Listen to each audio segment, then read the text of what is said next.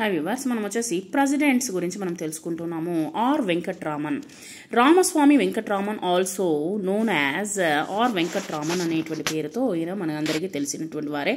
Was an Indian lawyer, independent activist and politician. ఈయన వచ్చేసి politics రాజకీయాల్లోనూ, తర్వాత వచ్చేసి లాయర్ గాను ఈయన వచ్చేసి ప్రసిద్ధి చెందినటువంటి ఒక వ్యక్తి. Who served as A union మినిస్టర్గా కూడా ఆయన ఉన్నారు. And as the president of India, మన దేశానికి ప్రెసిడెంట్గా కూడా వచ్చేసి ఈయన ఉన్నారు, రాష్ట్రపతిగా ఉన్నారు.